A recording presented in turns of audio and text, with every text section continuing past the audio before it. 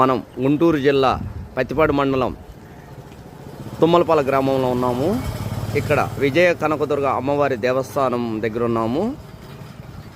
ఈ సింహద్వారానికి నూతక్కి శర్మ గారు మరియు ఆదిమూలం నాగమల్లేశ్వరరావు గారు ఈ తలుపులు చేసి ఉన్నారు. బలాషా కర్రతో వాడారు. బలాషా కర్రతో వాడిన తర్వాత దానిపైన బ్రాస్ ఇత్తడి తొడుగు వాడారు.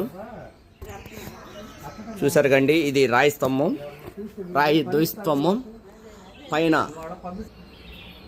పైన మీరు చూస్తున్నది పాలవల్లి మేఘలాలు.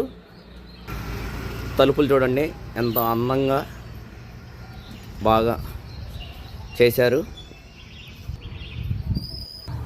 ఈ అమ్మవార్లందరినీ కూడా శక్తిపీఠాలు ఉన్నటువంటి అమ్మవార్లు ఉన్నాయి ఇక్కడ విగ్రహాల రూపంలో ఉంచారు.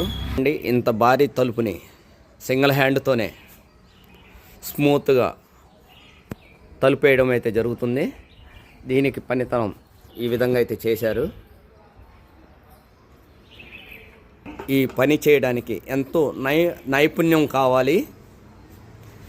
చాలా బాగా చేశారు. ఇన్ని సంవత్సరాలు ఉన్న ఇబ్బంది లేకుండా బాగా చేశారు.